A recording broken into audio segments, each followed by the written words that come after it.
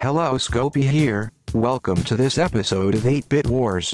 Today we are looking at the game Samurai Warrior: The Battles of Usagi Yojimbo, released for the home micros in 1988 by Firebird. This game is based on the 1987 comic by Stan Sakai. Now this game is not your usual licensed rubbish. A lot of effort has gone into this game to make it extremely faithful to the books. Let's check out the versions, starting with the ZX Spectrum.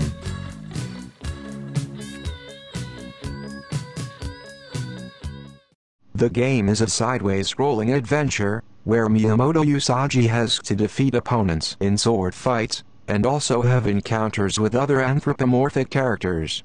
Although progress is always left to right, there are branches along the way that allow some gameplay liberty.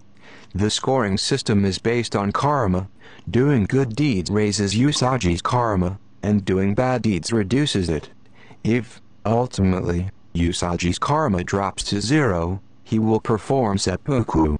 Good deeds include killing armed opponents and donating money to peasants and priests. Attacking unarmed characters or even drawing his sword in front of them reduces it and turns them hostile.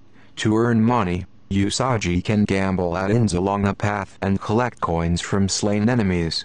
The money can be spent on food, which in turn increases his energy.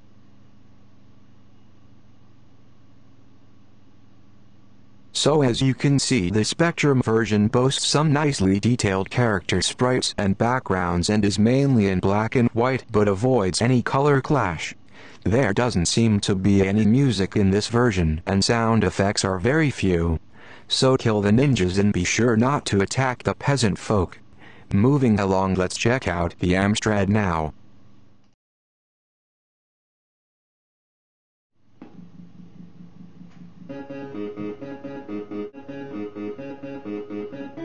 I love the nice little touches like the amusing comments from the characters passing by and the fact that you can attack anyone if you choose, but the priest will totally kick your butt if you mess with him.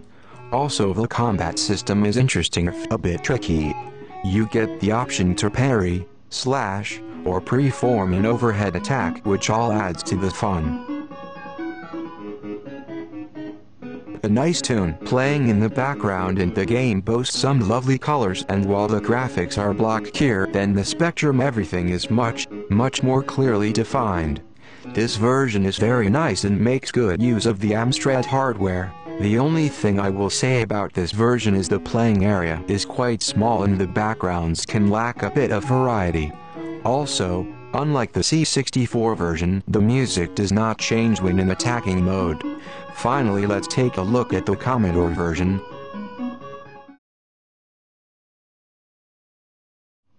The game was originally envisioned as a much larger, open-world experience, but due to the hardware and memory limitations of the Commodore 64, for which it was originally developed, numerous features had to be cut from the final product.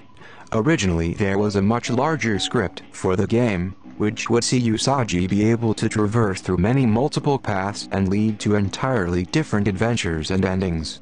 In the design documents for the game, characters and situations are detailed, such as mole ninjas surfacing out of the soil, a side quest rescuing an innocent villager being dragged by a stampeding horse, and numerous activities such as gambling and dialogue sequences in the town sections of the game. This would have made the game much more interesting and is surely begging for updated remake. Here's hoping. Okay, so here's the C64 version that I personally loved as a kid, and I'm going to spoil it right here and say that this is by far the best version. It had the largest play area, smooth scrolling, and an excellent funky soundtrack that changes when in battle. Overall, I think this version has arguably the best graphics despite slightly less colors than the Amstrad version. This one just seems to have the wider variety of backdrops and somehow feels more complete.